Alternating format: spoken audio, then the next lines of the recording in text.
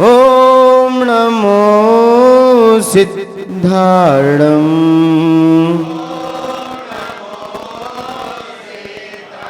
ओम नमो आयर्याणम। ओम नमो वज्रायणम। ओम नमो लोहे सव्वसाहुणम।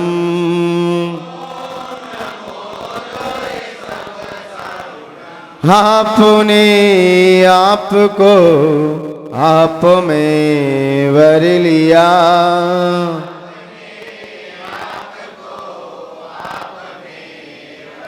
चेतना को स्वयं ही प्रखर कर लिया।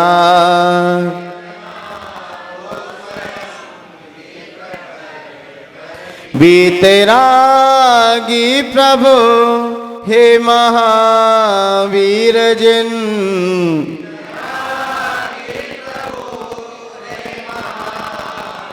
आदिनाथ प्रभु तुम हो तारण तरण।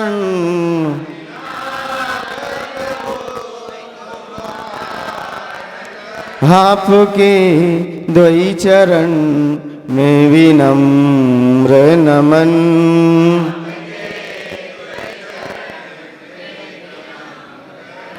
त्याग के रूप तुम धर्म के रूप तुम।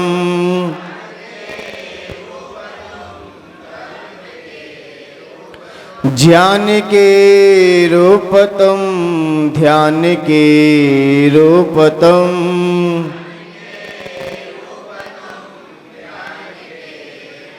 हे विराग गुरु दो विरागी नयन।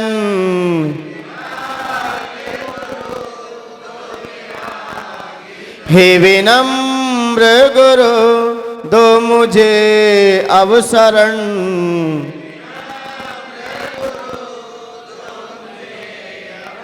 है नमन दे शरण दो समाधि मरण।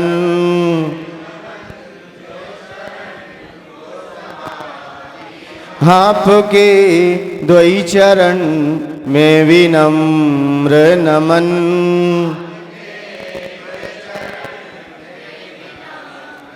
जय बोलिए अनंतानंद सिद्ध परमेष्ठी भगवान की। प्रथम तीर्थंकर श्री ऋषभनाथ भगवान की।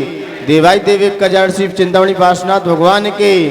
धर्म तीर्थ शासन नायक अंतिम तीर्थंकर भगवान महावीर स्वामी के। परम पूज्य आचार्य भगवंत गुरु श्री मानुतोग महामुनिराज के। आचार्य भगवंत गुरु श्री विराट सागर जी गुरुदेव के। मम दीक्षा गुरु आचार्य भगवंत गुरु श्री विनम्र सागर जी गुरुदेव के। अहिंसामयी जैन धर्म की।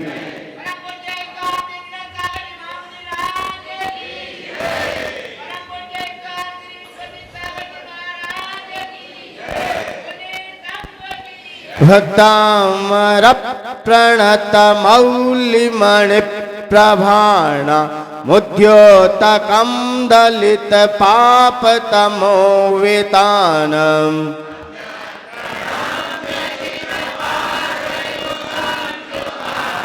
सम्यक प्रणम्य जिन मत झुकना तुम। सम्यक प्रणम्य जिन पाद युगम।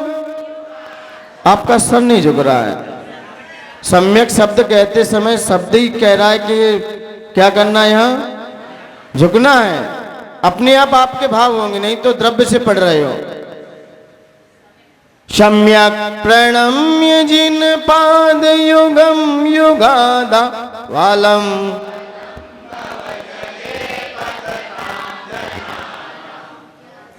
यशस्तुता शकल वाङ्मय तत्त्वबोध उद्भूत बुद्धि पटु भी सुरलोकनाथई।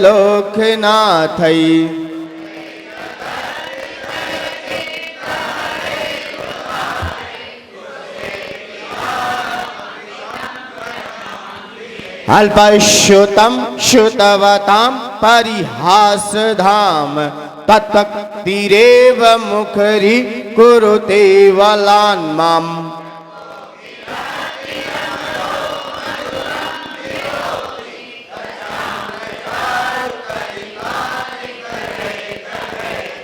तच्चाम्र चारु कलिका। कल हम सभी ने जाना कि हे भगवान, मैं आपकी भक्ति नहीं गा रहा हूं, मैं आपकी भक्ति नहीं गा रहा हूं, ना ही कर रहा हूं, लेकिन क्या करें, आपकी भक्ति मुझे जबरन बुलवा रही है। मैं आपकी स्तुति करने नहीं आया हूं, लेकिन क्या करें, आपके प्रति जो मेरी भक्ति है, जो अंदर से उद्गार हैं, वो बाहर निकल रहे हैं। जब भक्ति अंदर से होती है तो मान्यवर फिर कोई भी शब्द निकले वो सब स्तुति बन जाते हैं। यदि आपके अंदर जिनेंद्र भगवान के प्रति भक्ति है, गुरुओं के प्रति श्रद्धा है, फिर आप जो भी बोलोगे वो स्तोत्र का रूप ले लेगा, वो स्तोत्र का रूप ले लेगा। जो भी अंदर से उद्गार निकलेंगे, जिस प्रकार कोई जिज्ञासु अपनी जिज्ञासा रखता है गुरु के समक्ष और गुरु उसका समाधान कर देते हैं, वही शास्त्र बन जाता है, वही आगम बन जाता है। क्योंकि प्रश्न शिष्य ने किया और समाधान गुरु ने किया, और वही तो जिनवाणी है। आगम क्या है? यही तो आगम है, जो गुरु ने बोल दिया आगम प्रमाण है। नान्यथा मुनि भाषण, मुनि अन्यथा नहीं बोलते, जो बोल देते हैं वो आगम हो जाता है। ऐसे ही अंदर से, हमारे अंदर से भक्ति होती है, फिर कोई भी शब्द बाहर निकले वो सब स्तुति का रूप या स्तोत्र का रूप ले लेते। यदि हमारे अंदर भक्ति है तो, वो भक्ति नहीं है तो नहीं निकलेंगे। भक्ति है तो आप अपने आप गाने लगो, कोई नहीं कहेगा आपसे कि आप गाओ। तुमसे लागी लगन, आपसे किसने कहा गाने को? गा तो मैं रहा हूं ना। क्यों गाओ? आपने क्यों गाया इसको? क्योंकि हमारे अंदर पासनाथ के प्रति फिर कोई रोक नहीं सकता। यदि हमारे अंदर भक्ति है तो स्थिति को अंदर से किसी की हिम्मत नहीं है कि रोक ले। फिर अंदर का वेग बाहर निकल के आ ही जाएगा। ये अंदर का वेग है। जब भक्ति चरम सीमा पे पहुंच जाती है तो भक्त ये भी भूल जाता है कि बीना के तार टूट गए, अब क्या लगा दूं। तो नस को भी, ये भक्ति की चरम सीमा है। जब भक्ति अंदर से होती है तो पैर भी थक उठते हैं, हाथ भी अपने आप बच जाते हैं, अंदर से भक्ति है तो कल आचार्य मानतुंग ने यही कहा कि भगवान मेरे पास ना शक्ति है, ना बुद्धि है, ना शब्द है, लेकिन अंदर क्या है? भक्ति है। वो मुझे जबरन बुलवा रही है। मैं बोलना नहीं चाहता, क्योंकि बड़ों के सामने चुप रहना ही अच्छा है, लेकिन क्या करें, अब जो भक्ति है उसका वेग हम पे रुक नहीं रहा है, उसे हम रोक नहीं सकते। क्योंकि कोयल रूपी भक्त, कोयल रूपी भक्त, और जब परमात्मा रूपी बसंत ऋतु सामने आता है और भक्ति रूपी आम्र की भौर उसे जबरन बुलवा लेती है। कोयल रूपी भक्त होता है, क्योंकि भक्त कोयल के समान है। वो तो सामने बैठा है, जैसे ही बसंत ऋतु आएगी सामने, जैसे बसंत बाहर सामने आएगी तो सामने भक्ति रूपी आम्र की बौर जैसे ही छा जाएगी तो भक्त स्वयं बोल उठेगा। सामने भगवान होना चाहिए। आप मंदिर में आते हो और मंदिर में जैसे ही आपने प्रवेश किया तो आप ऑटोमेटिक आपके अंदर से शब्द निकलने लगेगा, निश्चय ही, निश्चय ही।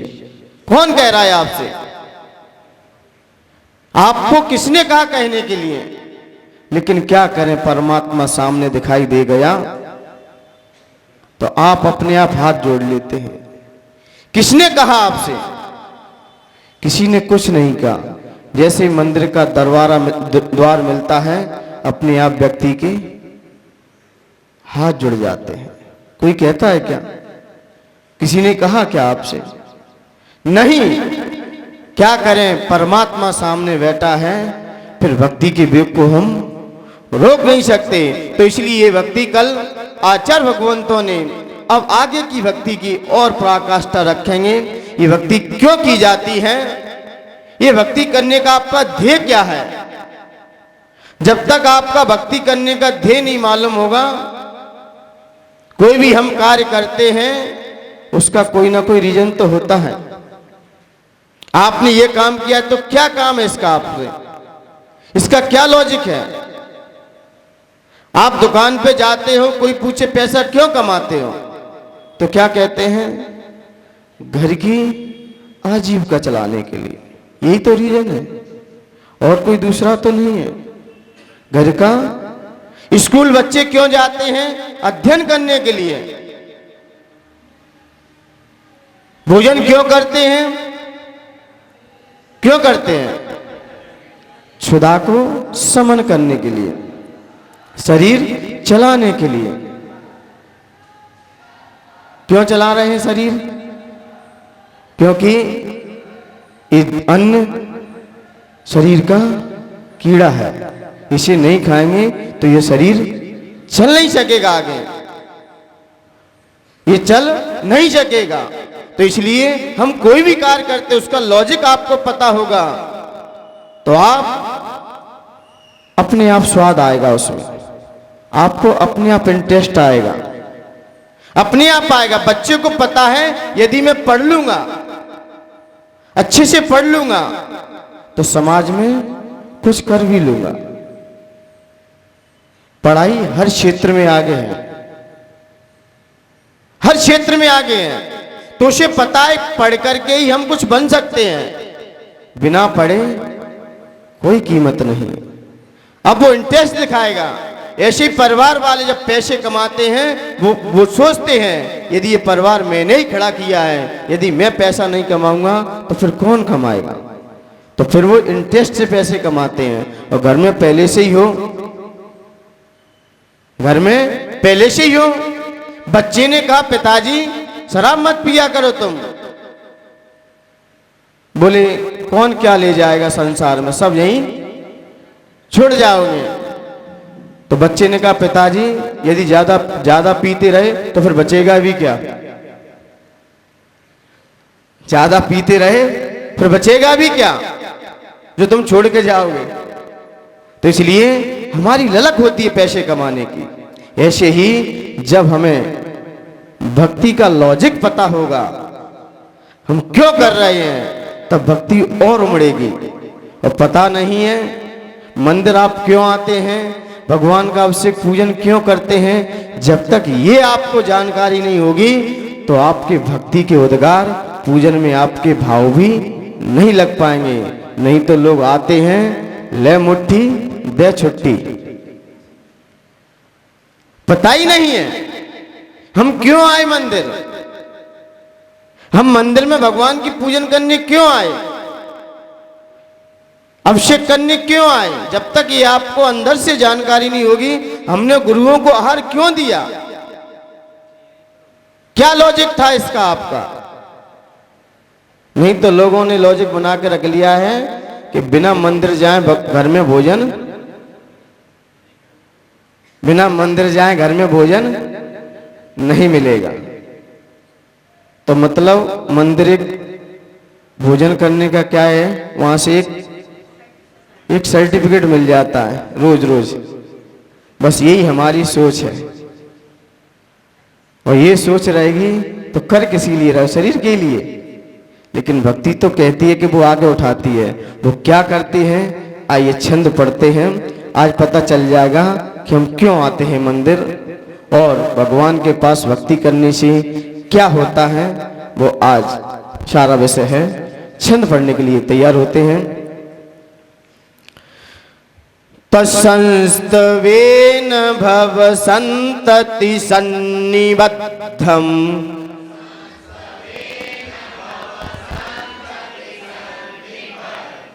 तत्संस्तवेन भव संतति सन्निबद्धम्।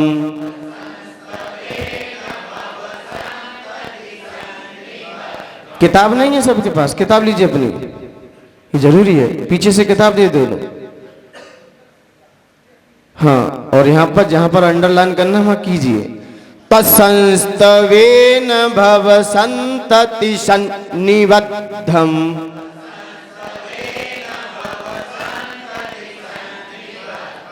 पापम क्षणाक्षयमुपैत शरीर भाजाम्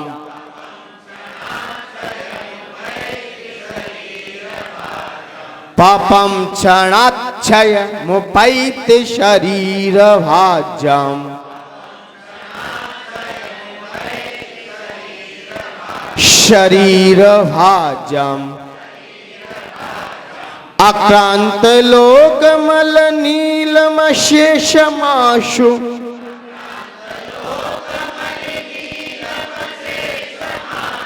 मशेषमाशु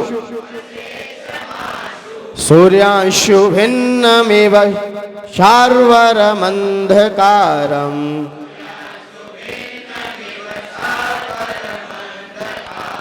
शार्वरमन्धकारम्। बोलिए एक साथ।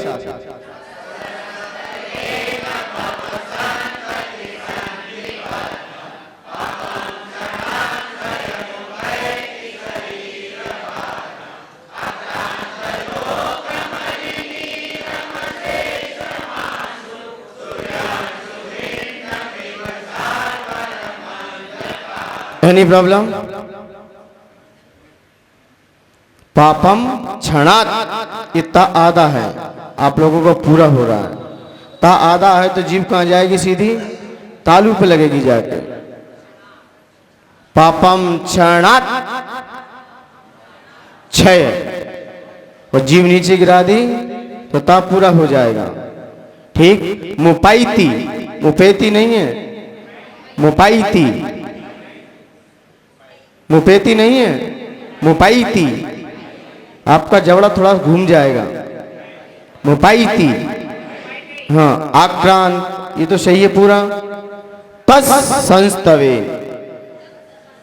यहां पर भी नहीं, तो संस्तवना तत् संस्तवेन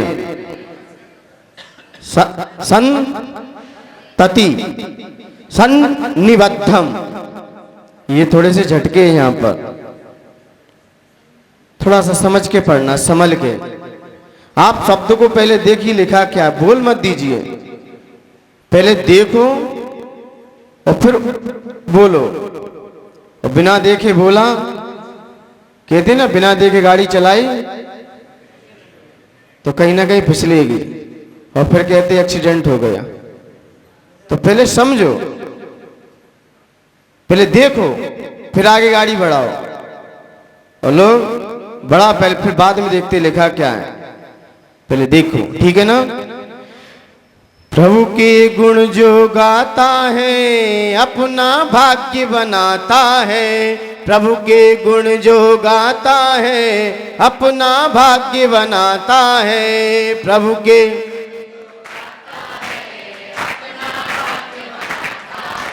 जहाँ करे वो पाता है, जहाँ करे वो पाता है।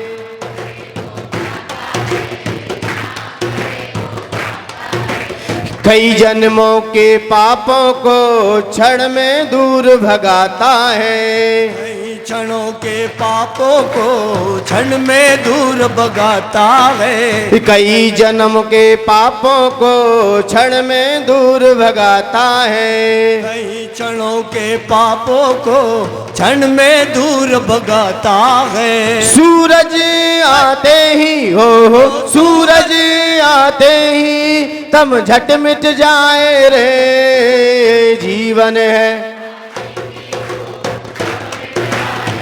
हो जीवन है पानी की बूंद कब मिट जाए रे। होनी अनहोनी हो, होनी अनहोनी कब क्या घट जाए रे।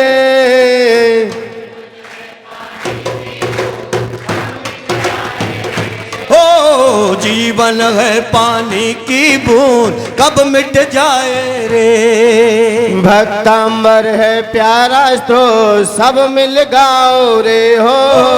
भक्तांबर है प्यारा स्रोत सब मिल गाओ रे। आदि प्रभु को, आदि प्रभु को सब शीश झुकाओ रे। जीवन है,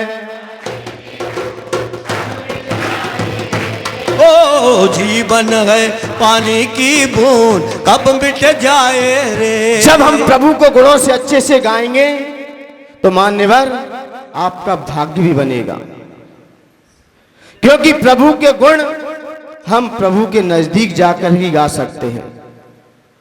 भगवान का अभिषेक हम घर पर बैठकर नहीं कर सकते, उनके नजदीक ही आना पड़ेगा। भगवान आपको दूर से भले ही सुंदर दिखाई देते हैं, लेकिन पास जाओगे तो कुछ और दिखाई देंगे फिर। क्योंकि गुलाब को हम दूर से देखते हैं तो बहुत अच्छा लगता है, लेकिन पास पहुंच जाते हैं तो अच्छे के साथ खुशबू भी आती है। हमारा बदन भी महक जाता है, खिल उठता है। ऐसे ही गुरुओं के पास हम नजदीक पहुंचते हैं। और नजदीक कब पहुंचते हैं? या तो भैया वृत्ति करेंगे तब, या जब आहार देंगे तब। यही है नजदीक पहुंचने का तरीका। हम जितने उनके नजदीक पहुंचेंगे उतना हमारा भाग्य बनेगा, उतनी हमारी किस्मत चमकेगी, नई किस्मत का निर्माण होगा और नया भाग्य भी बनेगा। सिर्फ दो ही स्थान हैं जो यहां पर कुछ भाग्य बनता है, नहीं तो अन्य जगह तो भाग्य और किस्मत बनाया जाता है, बनाया नहीं जाता।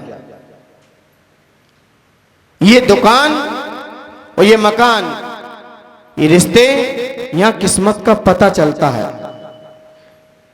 यहां किस्मत का पता चलता है कि आपकी किस्मत में क्या है, लेकिन किस्मत बनती कहां है? किस्मत का निर्माण होता कहां है? भाग्य बनता कहां है? तो आचार्य भगवंतों ने कहा कि हम जितने हम गुरुओं के पास जाएंगे, क्योंकि ये गुरु, ये भगवान की प्रतिमा, ये क्या है? ये क्या है? बैंक है। आपकी भाषा में आ जाओ, ये क्या है? बैंक है। दुकान, परिवार, आपका बिजनेस, आपका व्यापार, ये एटीएम है। ये क्या है? एटीएम है। और एटीएम में कब निकालते हैं? जब बैंक में होगा। एटीएम हर जगह मिल जाएगा आपको, लेकिन बैंक हर जगह नहीं मिलेगी। एटीएम तो तुम्हें कहीं भी मिल जाएगा, प्लेटफार्म पे ही मिल जाएगा, चौराहे पे कहीं मिल जाएगा।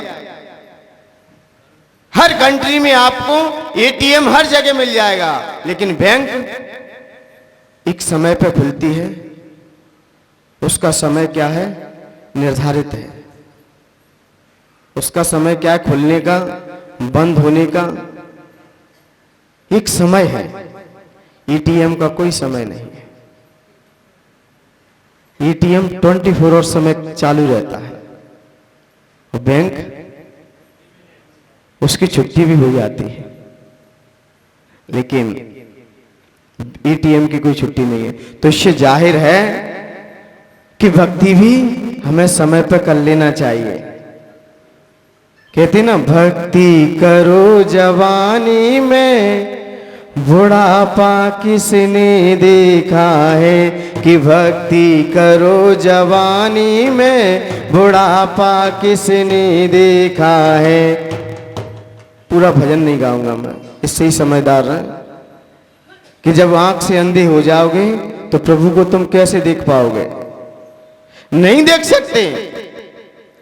और कान से बहरे हो गए तो वाणी नहीं सुन सकते। तो भक्ति हमें उम्र पे कर लेना चाहिए, समय पे कर लेना चाहिए, नहीं तो बैंक खाली मिलेगी आपको, बैंक भर नहीं पाओगे। एक समय है भक्ति करने का भी, भगवान की आराधना करने का, भगवान की पूजन करने का एक समय है। और समय पर नहीं आए,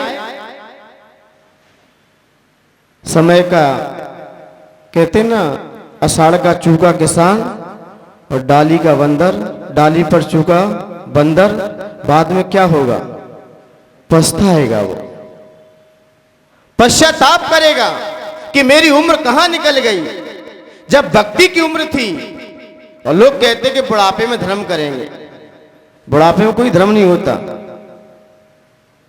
जिस समय आपकी कमाने की उम्र होती है वही धर्म की उम्र है,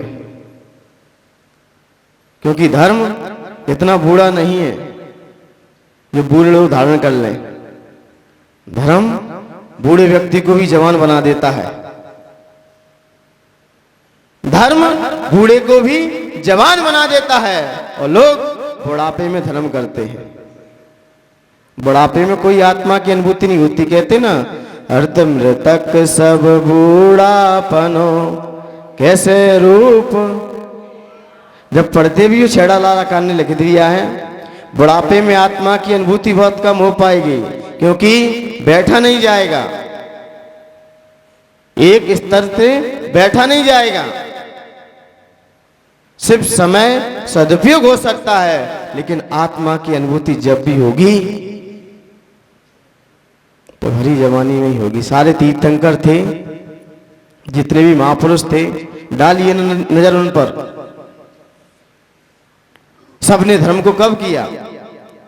तो कहने का अभिप्राय यह कि भक्ति एक समय पे करना चाहिए, क्योंकि समय पे की हुई भक्ति ही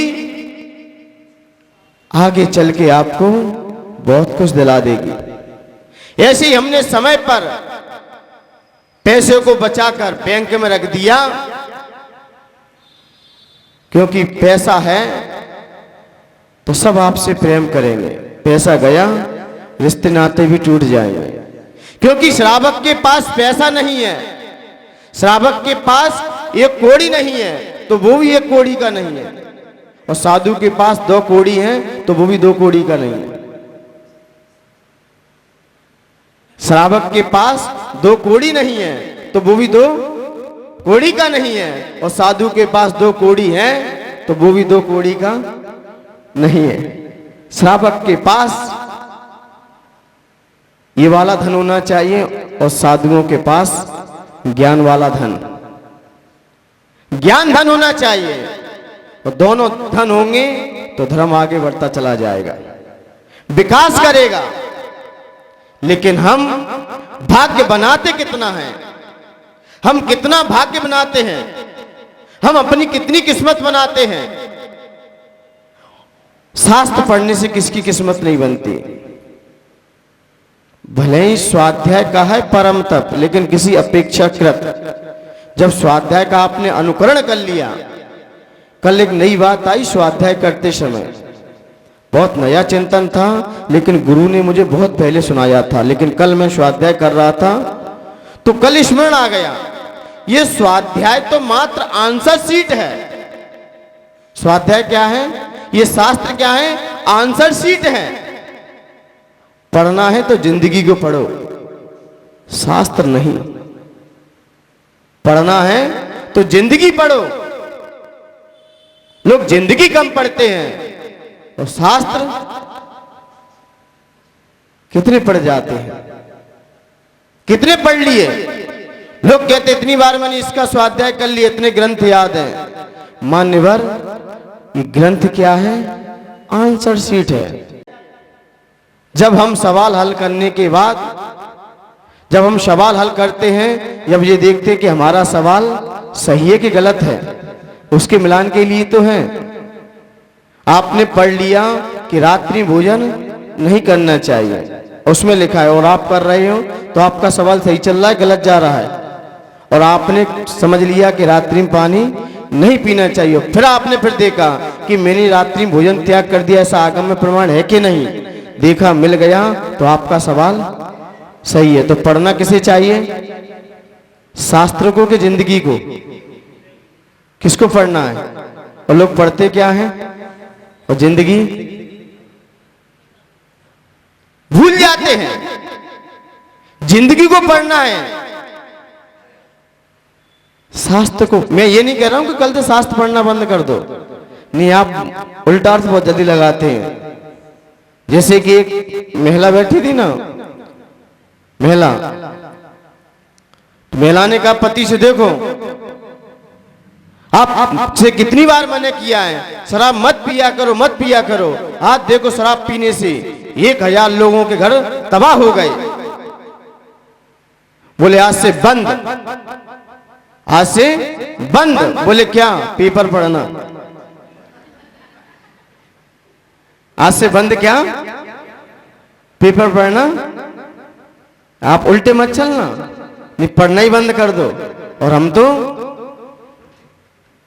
उस महिला की तरह ऐसे ही हम शास्त्र पढ़ने ही बंद कर दें। हाँ, शास्त्र पढ़िए, मना नहीं कर रहा हूं, लेकिन जिंदगी को जरूर पढ़िए। जिंदगी पढ़ ली आपने तो आपको शास्त्र पढ़ने की कोई आवश्यकता नहीं है, क्योंकि हमने स्वयं जिंदगी को पढ़ लिया है। सत्य क्या है, असत्य क्या है, जान लिया। और जानते हुए भी हम कर रहे हैं, तो मान्यवर बख्शे तो जाओगे नहीं, क्योंकि आगम में लिखा, आगम में सब कुछ मिल गया, और फिर भी हम थोड़ा सा भी अनुकरण नहीं कर पाए, तो आपका किस्मत का और होगा वो और चला जाएगा। जिंदगी पड़ी, यहां दिखता है सामने, गुरुओं के पास हमारा भाग्य बनता है, नया विकास होता है, यहां पर नई किस्मत का निर्माण भी होता है, क्योंकि गुरु के सामने विशुद्धि अलग ही बनती है। परिणामों की निर्मलता भगवान के अभिषेक करते समय थोड़ी सी फिसल भी सकती है, लेकिन संतों को आहार देते समय विशुद्धि आपकी नहीं बिगड़ सकती।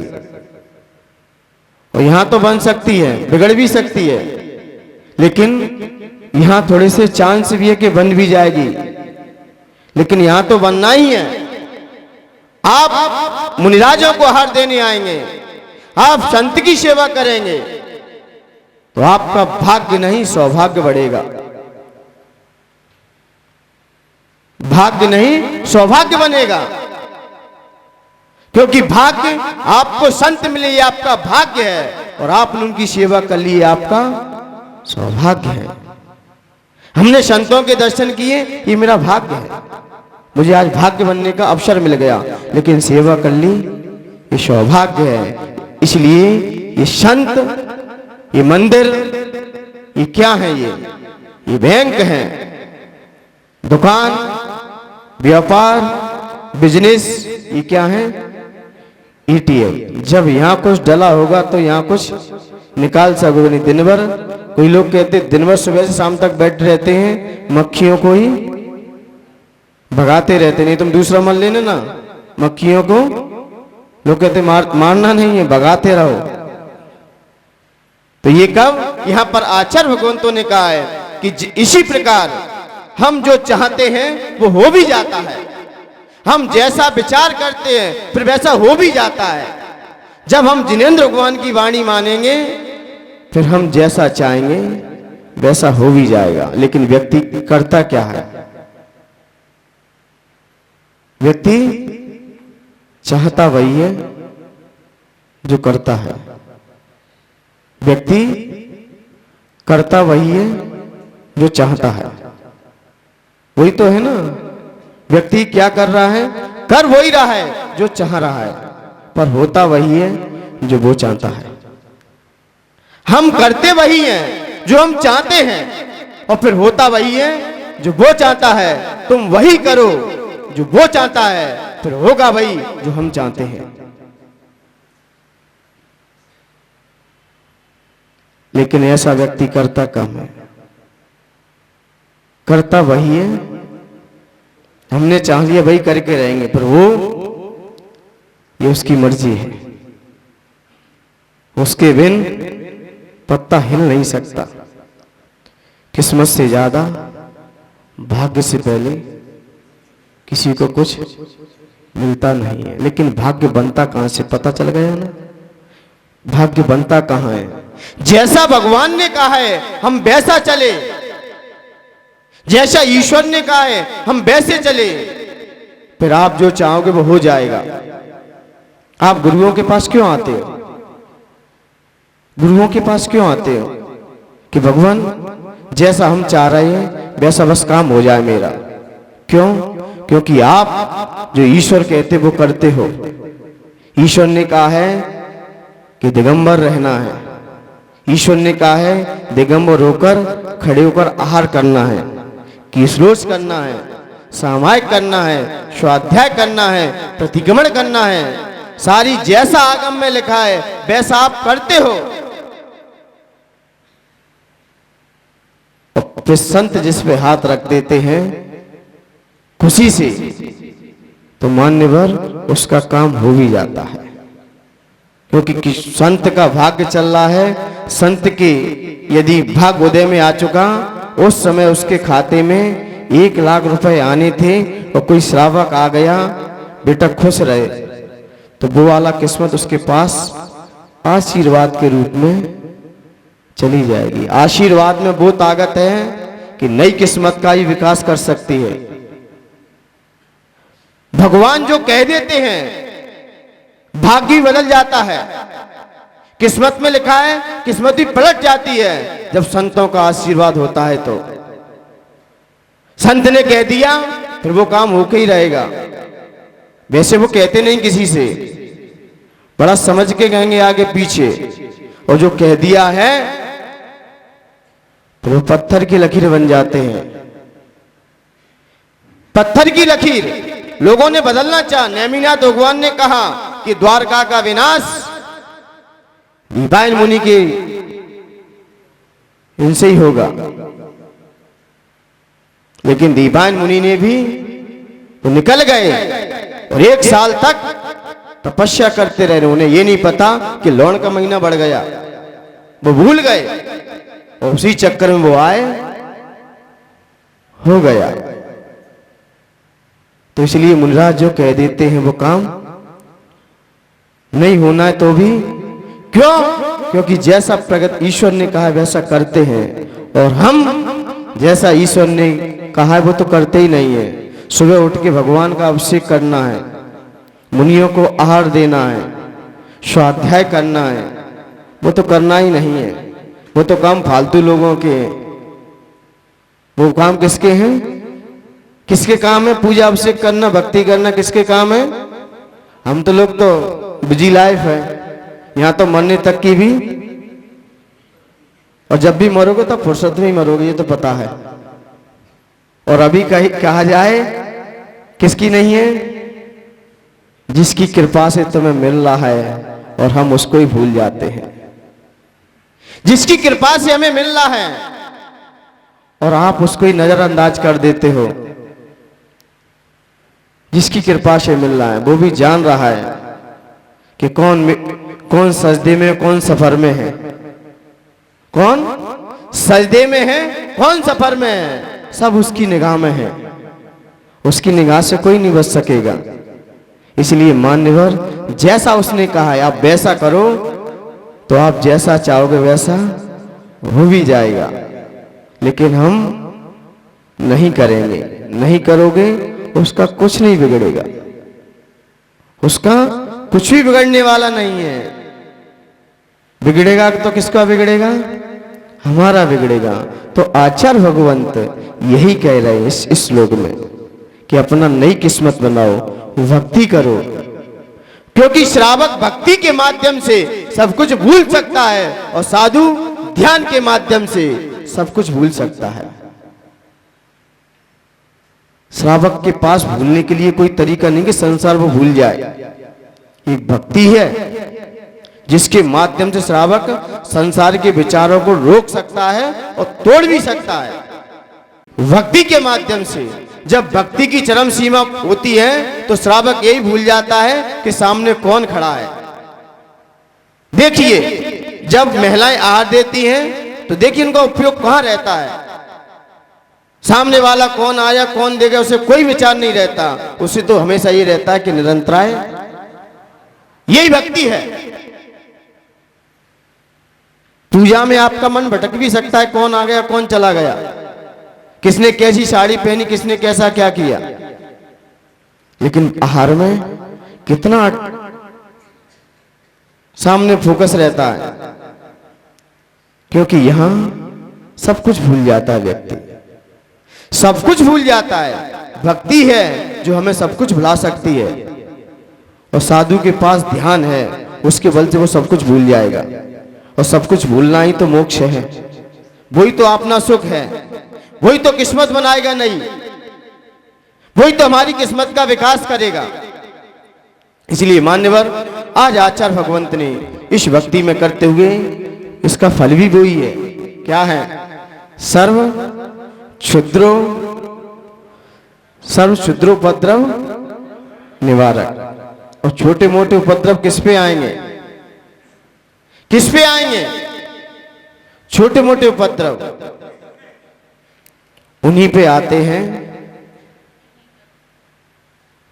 उन्हीं पे आते छोटे मोटे उपद्रव जो भगवान की कहीं ना कहीं परेशानी किन पे आती है? किन पे आती है? जब हम भगवान के सिद्धांतों को तोड़ देते हैं, उनके आगम के अनुसार। जैसा लिखा है, मैंने कई बार प्रवचन में कहा है कि भगवान महावीर स्वामी के जिन्होंने भी सिद्धांतों का उल्लंघन किया है, जिन्होंने भगवान के महावीर स्वामी के सिद्धांतों का उल्लंघन किया है, उपद्रव तो उन पे ही आएंगे। ये कोर्ट कचहरी किसके लिए बनी है? देवों के लिए, नारकियों के लिए, त्रियंचों के लिए। हॉस्पिटल किसके लिए बने हैं? किसके लिए बने? भगवान महावीर स्वामी ने उपदेश किसको सबसे ज्यादा दिया? किसको दिया? किसको दिया? ये कोर्ट कचहरी हॉस्पिटल ये त्रियंचों के लिए नहीं है, क्योंकि त्रियंच अपराध करते ही नहीं है। कौन करता है अपराध? और नारकी तो कर्मों को भोग ही रहे हैं, और देवों तो व्यवस्था है ही वहां तो आगम के अनुसार ही चलते हैं। सम्यक दृष्टि देव होते हैं, और मिथ्या दृष्टि भी होते, वो भी ज्यादा उपद्रव नहीं करते, शांति से रहते हैं, लेकिन करते हैं व्यंतरादिवाद। जैसी सम्यक्त होता है तो हाथ जुड़ जाते हैं। लेकिन जितने भी उपदेश दिया गया, देखा जाए कि मनुष्य ही सबसे ज्यादा पाप करता है, सबसे ज्यादा। अधिकांशतः देखा जाए सारी गतियों में ये मनुष्य ही है, और पुण्य भी सबसे ज्यादा करता है तो मनुष्य ही करता है। इसलिए ये मनुष्य गति से चारों गतियां निर्धारित है, बाकी सबसे डिवाइडर अलग अलग है। वो वाला व्यक्ति यहां नहीं जाएगा, वो वहां नहीं जाएगा, लेकिन मनुष्य गति का जीव कहीं भी जा सकता है। ये पुण्य इतना करता है कि सिद्धालय में जाके विराजमान भी हो सकता है, और जब पाप की चरम सीमा चढ़ता है तो सातवें नरक भी जाता है, सातवें नरक भी जाएगा। लेकिन पुण्य इतना करेगा, इतने उस स्वरूप को जानेगा कि सिद्धता की प्राप्ति कर जाएगा। इसलिए मनुष्य को ही संभलना है। यहीं से आपकी गति निर्धारित है, आपको आगे कहां जाना है सब यही फिक्स हो जाएगा आपका, और यही हम संभल के चले तो मान्यवर आपकी गति भी निर्धारित है। फिर सही चले, आगम के अनुसार चले, जिनेंद्र भगवान की वाणी के अनुसार चले। आप देखिए ना प्रगति को, अभी सारा प्रगति का विषय भगवान की वाणी से ही चल रहा है, और जो उल्लंघन करता है उसके लिए 3 कोर्ट खड़े भी हैं। फिर जिसने भी उल्लंघन किया, तो इसलिए मान्यवर अपने भगवान तो आप लोगों के लिए उपकार करके चले गए, उपकार करके चले गए। लोगों ने कहा भगवान ने भी तो पाप किए। भक्तों की जिज्ञासा देखो ना, भगवान ने भी तो पाप किए। ये चोरी करना किसने सिखाया? माखन चोरी किसने की? भाइयों से लड़ना झगड़ना किसने सिखाया? भरत बाहुबली ने। इनने भी तो सारे पाप किए हैं। तलाक करना, तलाक देना किसने सिखाया? सीता कहां गई थी? क्या भगवान ने नहीं किए क्या? चुगली करना किसने सिखाया? यहां की वहां बात करना किसने सिखाया? किसने सिखाया? ये 363 मत किसने चलाए? किसने चलाए? जिसके शासन में उसका ही जीव तो था। वो स्वयं आ गए, एक मत को नहीं हटा पाए। समाज में एक मत फैलाना बहुत सरल है, लेकिन उस मत को हटाना, समाज में नई परंपरा छोड़ना सरल है। लेकिन खुद महावीर स्वयं आ गए, एक संप्रदाय को नहीं हटा पाए। बौद्ध उनके सामने ही थे। क्या भगवान ने नहीं किया? भगवान ने किया कि नहीं किया? आज मैं यही चिंतन कर रहा था कि ये सारा हिंसा झूठ चोरी लगी है, ये तो देखा जाए तो सब भगवान भी इसमें फंस रहा है बीच बीच में। आए कि नहीं आए? जुआ खेलना किसने सिखाया? किसने सिखाया?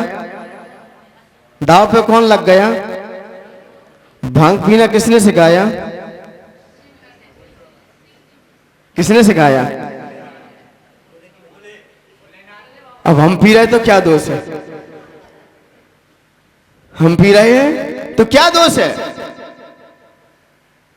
तो क्या दोष है?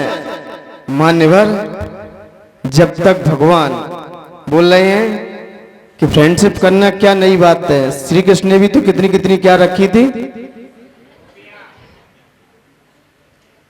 क्या रखी थी इन्होंने? क्या इन्होंने, ये भगवान नहीं थे क्या? मान्यवर, जब तक श्री कृष्ण गोपियों के पीछे रहे तब तक वो क्या कहलाए? वो उस समय क्या थे? वो उस समय कन्हैया थे। लेकिन जैसे ही त्याग किया तब भगवान कहलाए। तब भगवान कहलाए। उन्होंने इंसान के रूप में किया है, भगवान के रूप में नहीं। जितनी भी दृष्टि डालो, जब वो सारे भगवान बन गए फिर ऐसा अपराध कभी नहीं किया, कभी नहीं किया। फिर जिसमें दृष्टि डाली गई, क्योंकि जैसे ही भरत बाहुबली स्वयं उस सत्ता को स्वीकार कर गए, क्योंकि ये सारे पाप एक इंसान के रूप में हुए थे। उस समय भगवान नहीं थे, वो भगवान नहीं थे। उस समय एक साधारण इंसान थे। लेकिन जैसे ही भगवान बने वो समझ गए, वो अपनी सत्ता को समझ गए, वो जान गए ये मैंने किया है ये गलत है, स्वयं ही भान हो गया। लेकिन लोग बोले उन्होंने भी तो किया तो मैं कर रहा हूं तो क्या बात है। मान्यवर, उनकी होड़ मत करना। जैसा उन्होंने कहा है, जो श्री कृष्ण ने जो कहा है वो आप करना, और जो रामचंद्र जी ने किया है वो आप करना। मर्यादा में भी तो कितने रहे, कितनी मर्यादा में रहे, वो कितने अनुशासन में रहे। और मुझे लगता है कि रामचंद्र जी इतनी मर्यादा में रहे और सारी मर्यादा श्री कृष्ण ने तोड़ी। रामचंद्र जी ने मर्यादा बनाई, पूरी तोड़ दी। तो कभी कभी ऐसा विचार आता है, कहीं ना कहीं बहुत सारा चिंतन घूमता ही रहता है विचारों में। आते आते आता है कि जैसा श्री कृष्ण ने महाभारत में कहा है वैसा आप करते रहो, और जैसा रामचंद्र जी ने करके दिखा दिया है वो आप करके दिखाते रहो, तो आज नहीं तो कल आप भी एक दिन ईश्वर की सत्ता को स्वीकार कर सकते हैं। इसलिए यहां पर यही जानने के लिए कहा कि आप भगवान के स्वरूप को पहले जानो, तब भक्ति उमड़ेगी। सब विषयों से, सब तरीके से भगवान के जीवन चरित्र को पढ़ो, अनुभव करो कि उन्होंने जब किया तब क्या प्रगति थी। आदिनाथ भगवान ने भी गाय के ऊपर मुसीका लगाने के लिए कह दिया, कह तो दिया, लेकिन रिजल्ट क्या निकल के आया? किसने भी पाप किया छोड़ा किसी को नहीं है, चाहे आप भगवान ही क्यों ना हो, फिर आपने किया है तो आपको ही भोगना पड़ा है, भले फिर कितने भी रूप में भोगना पड़े, किसी भी रूप में क्यों ना भोगना पड़े। श्री कृष्ण ने भी किया तो मान्यवर सबको पता है इतिहास, कहां है वो। इसलिए मान्यवर आदिनाथ भगवान को जो उसी भौमिक कर्म का उदय सामने आ गया, इसलिए पाप, एक पाप और पारा कभी पचा नहीं सकता व्यक्ति। पाप और पारा हर किसी की बात की हिम्मत नहीं कि पचा ले से। पारा यदि चला गया ना तो क्या करेगा, और पाप चला गया जीवन में तो संसारी घुमाता रहेगा। कोई भी क्यों ना हो, या तो उसका आपको पश्चाताप करना पड़ेगा। भरत बाहुली ने पश्चाताप किया बाद में। जितने भी इतिहास उठा के देखो, आदिनाथ भगवान ने भले ही कह दिया मुसीका लगा दो, लेकिन बाद में भोगना ही पड़ा। तो इसलिए यहां पर आचार्य भगवंत कह रहे हैं कि छोटे मोटे उपद्रवों का क्या करने वाला है, नाश करने वाला है। कोई भी छोटे मोटे उपद्रव आ जाए हमारे जीवन में, और ये उपद्रव आते कैसे हैं? पूर्व कर्मों के वसात। कोई भी उपद्रव आया है पूर्व कर्मों के उदय के वसात, कोई ना कोई उपद्रव हमारे जीवन में आ ही जाएगा, और नया भी यहां पैदा हो सकता है। नया भी यहां पैदा हो सकता है। कब? जब हम अशुभ प्रवृत्ति करेंगे, अशुभ क्रियाएं करेंगे, अशुभ भाव रखेंगे, अशुभ प्रणति बनाएंगे, तो यहां भी कोई ना कोई उपद्रव आ ही जाएगा। जैसे रात्रि भोजन करना, आप ही निमंत्रण दे रहे हो उपद्रवों को। किसी की चुगली करना, किसी की नया उपद्रव आप ही पैदा कर रहे हो, क्योंकि दोनों तो एक हो जाएंगे, बीच का जरूर फंसेगा फिर, क्योंकि दोनों तो समझौता कर लेंगे और बीच का फंस जाएगा। तो ये नारद का काम ना करें, क्योंकि उन्होंने किया, उन्हें उन तक रहने दो, आप मत पकड़ लेना, आप मत जीवन में धारण कर लेना, अच्छाई पर दृष्टि डालना हमेशा। और कई कार्य ऐसे, अन्य क्षेत्र कृतम पापम धर्म क्षेत्रम विनश्यति, और धर्म क्षेत्रम कृतम पापम वज्रलिपम भविष्यति। धर्म क्षेत्र में आकर कोई ऐसा अपराध ना हो जाए, कोई ऐसा पाप ना हो जाए कि उसका फल आगे चल के हमें भोगना पड़े। क्योंकि हमने अन्य क्षेत्र में जो पाप किए हैं, जो अपराध किए हैं, जो उद्दंडता दिखाई है, वो धर्म क्षेत्र में आके विनाश तो नहीं होगी, लेकिन कम हो सकती है, और ज्यादा भी हो गई तो हट भी सकती है। लेकिन आपने यहीं आके पाप कर लिए, अब वो कहां धोगे?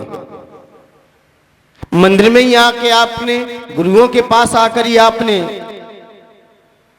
क्योंकि निदत्ति निकाजित जैसे कर्मों का बंध देव शास्त्र गुरु की अवहेलना से होता है।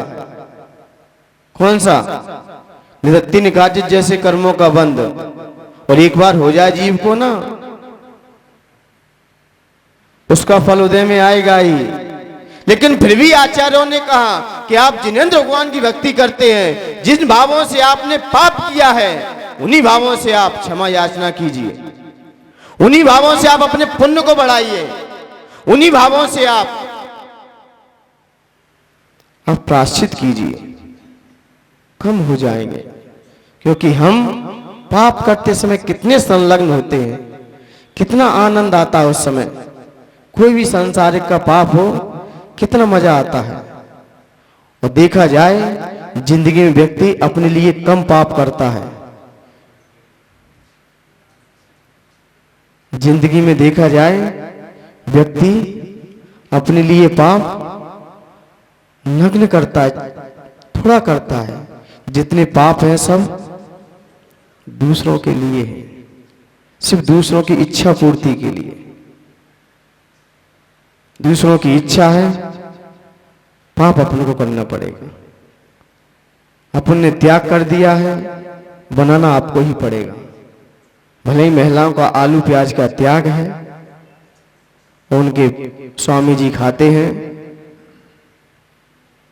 जीव तो आपको ही मानने पड़ेंगे। वो तो उसका कलेजा उकड़ खा लेंगे, लेकिन घात तो आपके ही हाथ से हुआ।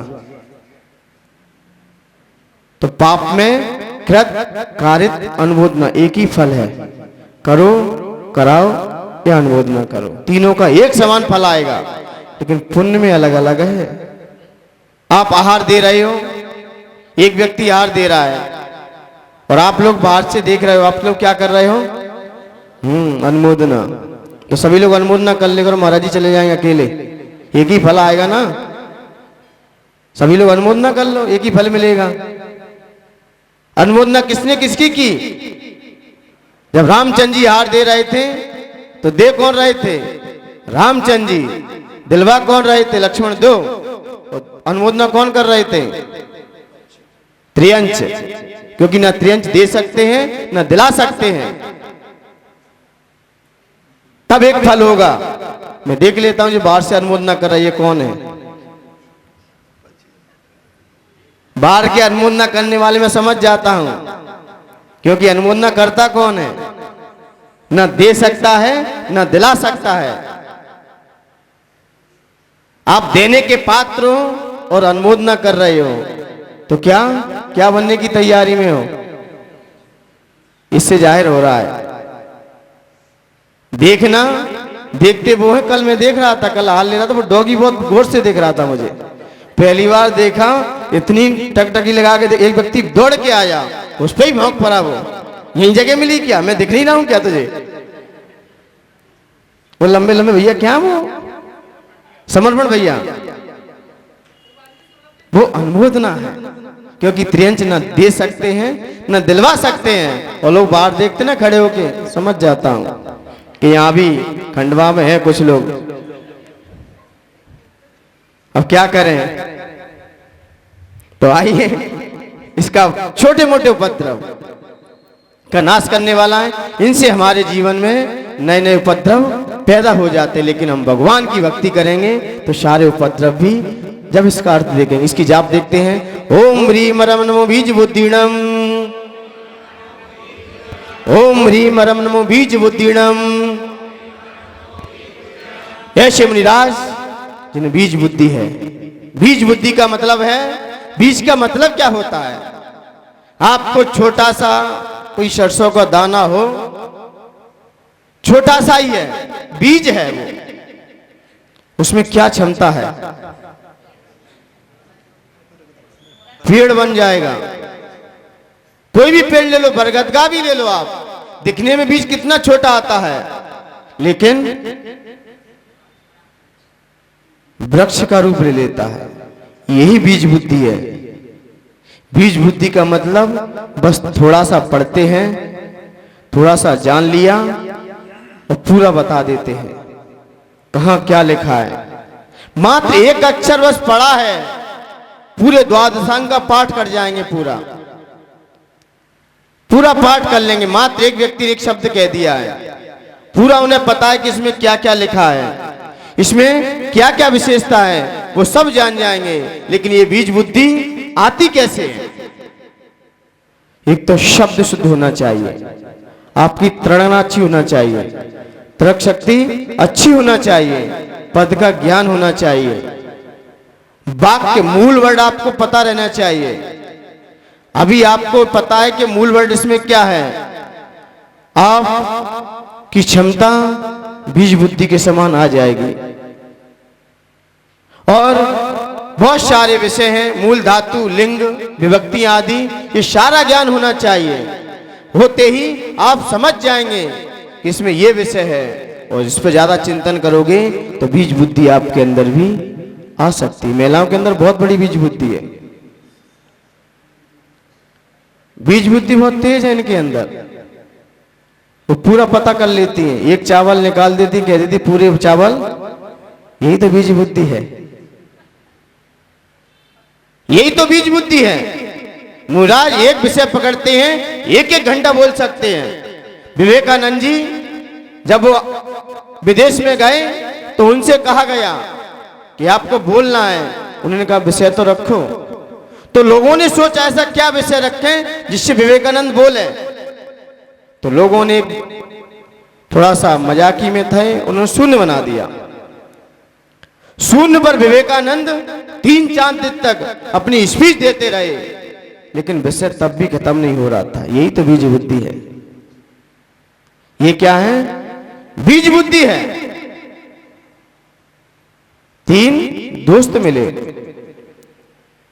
बंटी भैया, 3 दोस्त मिले और तीनों दोस्तों ने बैठ के मीटिंग की। अरे बहुत आफत है। बोले क्या? कि मेरी जो वाइफ है ना, वो शिक्षक है, वो एक विषय मिलता है तो 48 मिनट के पहले तो रुकती ही नहीं है। कितना? 48 मिनट। क्यों? शिक्षक है। जब दूसरी दोस्त ने पूछा, भाई आप नहीं बताओ। बोले मेरी महिला है, वो कम से कम 3 घंटे तक नॉन स्टॉप। और तीसरा बेचारा शर्मिंदा हो गया। उसने बोले भाई आप भी अपनी बताओ। बोले मत पूछो, पूछो ही मत। बोले क्यों? कि आपकी एक विषय पे एक पीरियड, एक की 3 घंटे, मेरी तो बिना विषय के दिन भर कोई विषय नहीं है, फिर भी दिन भर। यही तो बीज बुद्धि है।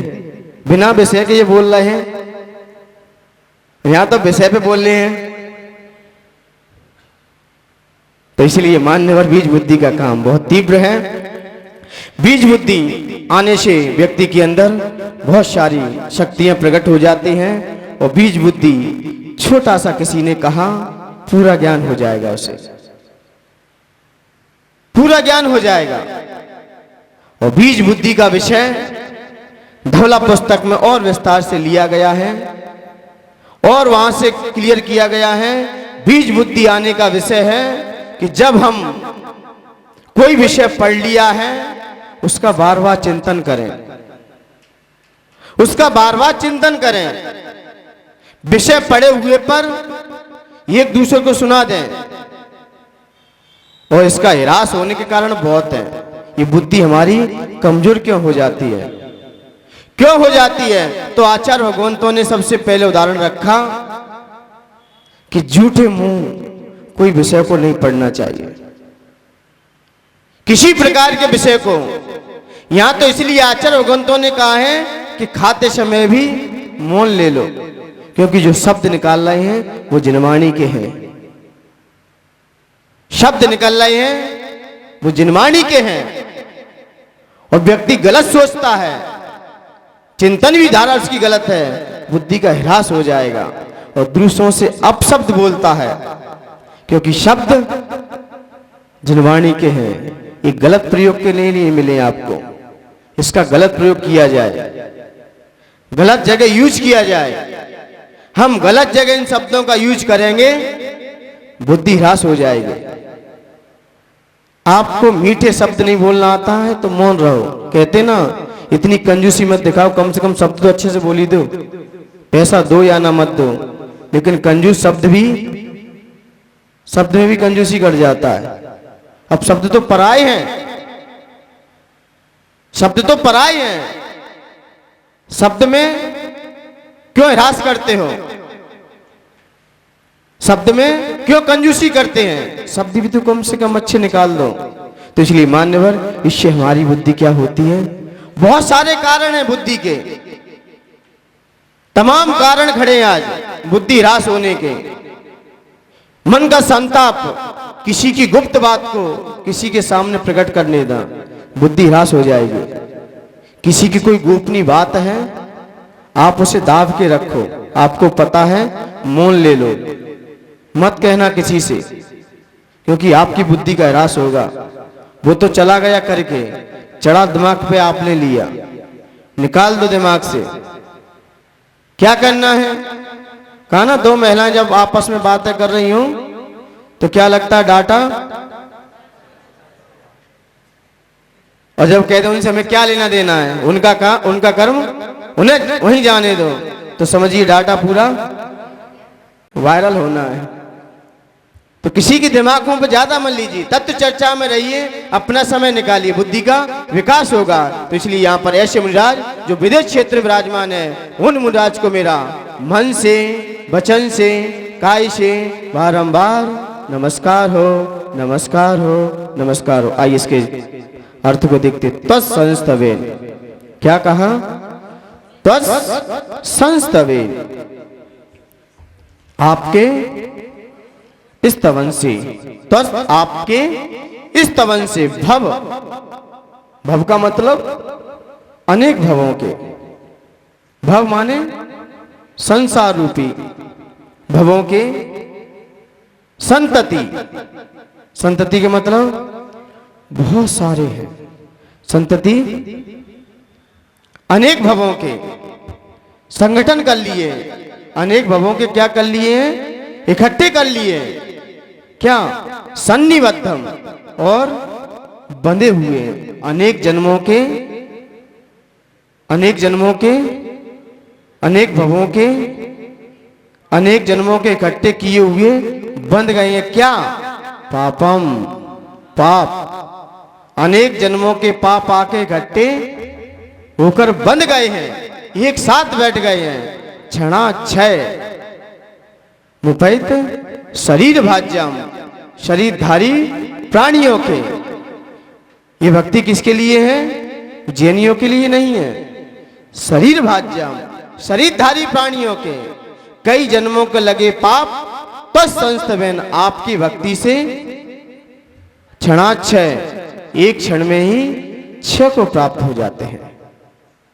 शरीरधारी प्राणियों के अनेक जन्मों के लगे हुए पाप आपके स्तवन से एक क्षण में ही क्षय को प्राप्त हो जाते हैं। आगे अर्थ, कई जन्मों के लगे हुए पाप आपके स्तवन से, आपकी स्तुति से एक क्षण में ही नाश को प्राप्त हो जाते हैं, एक क्षण में ही क्षय को प्राप्त हो जाते हैं। क्योंकि पाप बहुत किए हैं, लेकिन भक्ति मात्र थोड़ी सी की, सारे पाप नाश को प्राप्त हो गए। किसके समान? कैसा है वो पाप? आक्रांत, क्या? व्याप्त हो गया। आक्रांत का मतलब व्याप्त है। कहां पर? लोक, लोक में, लोक में पूरे में व्याप्त है। क्या चीज? अली, अली मतलब होता है भोरा। भोरा कैसा है? नीला है, नीला दिखाई देता, मतलब काला, नील। मशेष मासु, मशेष मासु, पूरे संपूर्ण लोक में भोरे के समान काला अंधकार छा गया है। क्या छा गया है? काला अंधकार छा गया है। जैसी अमावस्या की रात देखिए ना, कैसा छा जाता है, पूरे लोक में छा जाता है। ऐसा क्या है? अंधकार है। नीचे क्या कह रहे हैं? सूर्यांशु, सूर्य की अंशु मतलब किरण। सूर्य का मतलब, सूर्य की क्या? एक किरण। सूर्यांशु भिन्न मिव, सूर्य की एक किरण ही मिव यानी कि इव, जैसे सूर्य की एक किरण आते ही सारवर रात्रि का मंधकार, अंधकार, जैसे रात्रि का व्याप्त अंधकार, रात्रि का व्याप्त अंधकार सूर्य की एक किरण आने से ही छिन्न भिन्न हो जाता है। 12 घंटे का अंधेरा और सूर्य की एक किरण आई, सूर्य की एक किरण आई, उसने ही अंधकार को तबाह कर दिया। उसने किसको तबाह कर दिया? अंधकार को ही भगा दिया, अंधकार को वहां से हटा दिया। क्या ये सत्य है? क्या भगवान की भक्ति ऐसी है क्या कि कई जन्मों के लगे हुए पाप, तो इससे बढ़िया है पाप कर लो, लास्ट में भक्ति कर लेंगे। पहले कीचड़ लपेट ले, फिर नहा लेंगे। नहाना तो है ही। पाप जो अनजान में हो गया है, वो जानबूझ के पाप वो नहीं बख्शे जाओगे, वो तो भोगना ही पड़ेंगे। ये तो अनजान में हो गए हैं पाप, अनजान में हो गए हैं, लेकिन जानबूझ के किए हैं। कम तो हो सकते हैं, लेकिन अपराधी को माफ करना भी सबसे बड़ा अपराध है। सजा तो मिलेगी, लेकिन जो तो अनजान के हैं, महाराज जी लोग प्रतिक्रमण करते हैं तो किसका करते हैं? जो अनजान में पाप हो जाते हैं उसका प्रतिक्रमण है, और जानबूझ के हुए हैं उसकी निंदा आलोचना है। ये नहीं कि हम भगवान दिन भर तो पाप करें और यहाँ के बोल दे ऐसो पंच नमो यारो मिट गए पाप। नहीं, अनजान में पाप है। कई जन्मों के लगे हुए पाप भी एक क्षण में नाश को प्राप्त हो जाते भगवान आपकी भक्ति करने से। क्योंकि देखा गया है व्यक्ति जिंदगी भर एक कोई मकान बनवाता है, 20-25 साल लगा देता है, और भूकंप आते ही ध्वस्त हो जाता है। कई वर्षों का कमाया हुआ धन एक झटके में चला जाता है। जाता है कि नहीं जाता है? कई वर्षों से मैंने कमाया, एक क्षण में चला गया। जब कोई पाप कर्म का उदय आया, एक क्षण में चला गया। तो ऐसे ही यहां पर आचार्य भगवंत कह रहे हैं कि कई जन्मों के लगे हुए पाप एक क्षण में नाश को प्राप्त हो जाते हैं। अंधेरों को उजाले डांटते क्यों हैं? अंधेरों को उजाले ही तो भगाएंगे, अंधेरे को उजाले डांटते क्यों हैं? और उजालों से अंधेरे भागते क्यों हैं? अंधेरे को उजाले डांटते क्यों हैं? और उजाले से अंधेरे भागते क्यों हैं? अंधेरे उजाले को कभी ना कर सके बदनाम। क्या? अंधेरे उजालों को कभी ना कर सके बदनाम, और फिर भी हम उजाले से अंधेरे की ओर भागते क्यों हैं? फिर भी हम अंधेरे उजाले से अंधेरे की तरफ हम भागते क्यों हैं?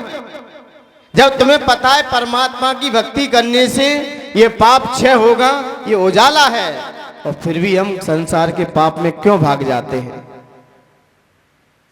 क्योंकि अंधेरे कभी नहीं कर सकेंगे उजालों को बदनाम। हिम्मत है कि अंधेरे करके दिखा दे उजालों को बदनाम। और अंधेरे के लिए कोई मेहनत नहीं करनी पड़ती, प्रकाश के लिए मेहनत करनी पड़ती है। अंधेरा तो मुफ्त में रखा है। फेल होने के लिए आपको किसी भी कॉलेज में पढ़ने की जरूरत नहीं है। फेल की मार्कशीट क्या बोलते हैं? मार्कशीट आपके घर पे अपने आप आ जाएगी। और पास होने के लिए,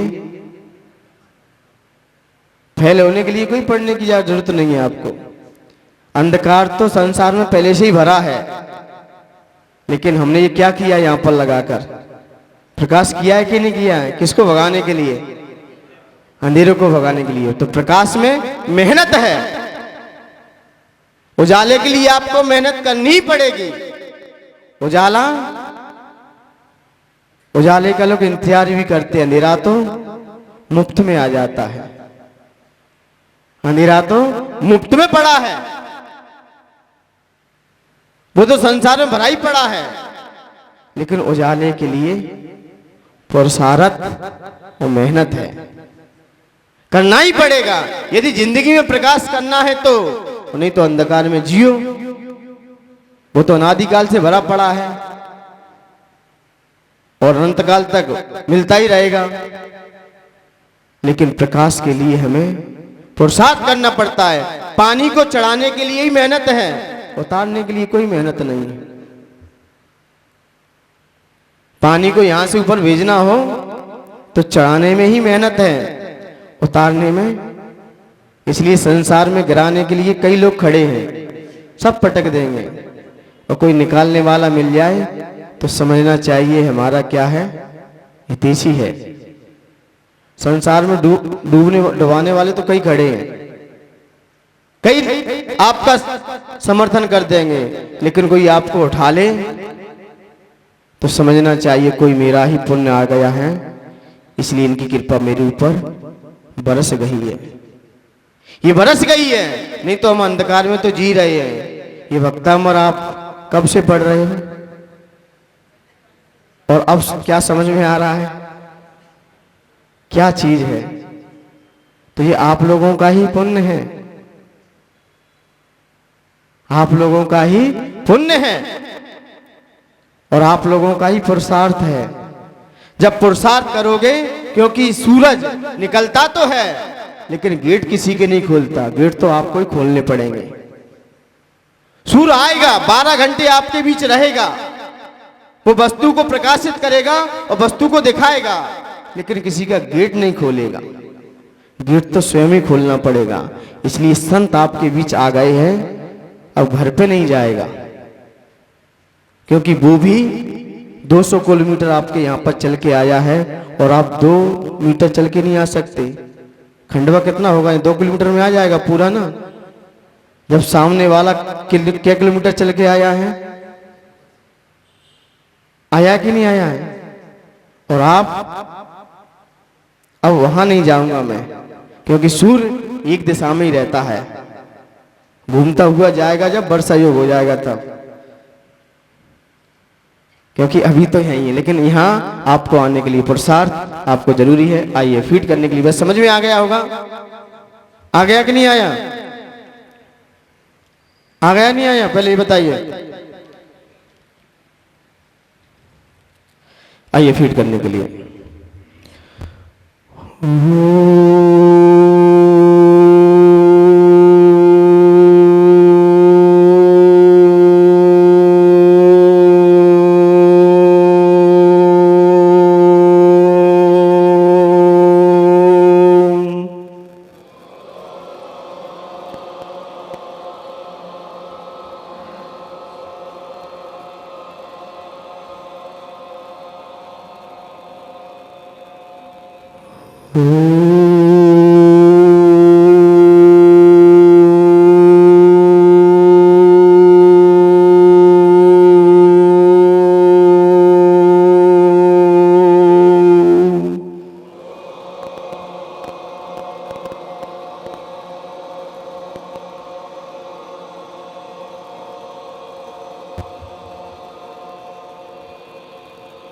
सभी लोग अपनी दोनों आंखें बंद, मन को आज्ञा चक्र पर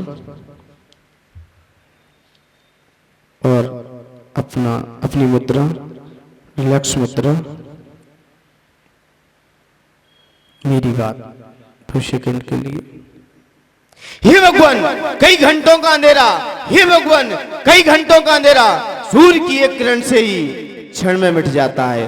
हे भगवान, कई घंटों का अंधेरा, हे भगवान, कई घंटों का अंधेरा सूर्य की एक किरण से ही क्षण में क्षय को प्राप्त हो जाता है। हे भगवान, कई घंटों का अंधेरा सूर्य की एक किरण से ही क्षण में मिट जाता है। वैसे ही कई जन्मों के पाप आपकी भक्ति करने से, हे भगवान, कई जन्मों के पाप आपकी सच्ची भक्ति करने से एक क्षण में ही क्षय को प्राप्त हो जाते हैं। हे भगवान, कई घंटों का अंधेरा, हे भगवान, कई घंटों का अंधेरा सूर्य की एक किरण से क्षण भर में नष्ट हो जाता है। हे भगवान, कई घंटों का अंधेरा सूर्य की एक किरण से क्षण भर में क्षय को प्राप्त हो जाता है। वैसे ही कई जन्मों के लगे हुए पाप आपकी सच्ची भक्ति से क्षण भर में 6 को प्राप्त हो जाते हैं। हे भगवान, कई घंटों का अंधेरा सूर्य की एक किरण से ही क्षण में 6 को प्राप्त हो जाता है, वैसे ही कई जन्मों के लगे हुए पाप आपकी सच्ची भक्ति करने से क्षण भर में हमें 6 को प्राप्त हो जाते हैं। हे भगवान, कई घंटों का अंधेरा सूर्य की एक किरण से क्षण भर में नष्ट हो जाता है, वैसे ही कई जन्मों के लगे हुए पाप आपकी सच्ची भक्ति करने से क्षण में 6 को प्राप्त हो जाते हैं। मेरे साथ बोलना, हे भगवान, जोर से थोड़ा, हे भगवान, कई घंटों का अंधेरा सूर्य की एक किरण से क्षण में नष्ट हो जाता है, वैसे ही कई जन्मों के लगे हुए पाप आपकी सच्ची भक्ति करने से क्षण में 6 को प्राप्त हो जाते हैं। अंतिम बार, हे भगवान, कई घंटों का अंधेरा सूर्य की एक किरण से क्षण में 6 को प्राप्त हो जाता है, वैसे ही कई जन्मों के लगे हुए पाप आपकी सच्ची भक्ति करने से क्षण में 6 को प्राप्त हो जाते हैं।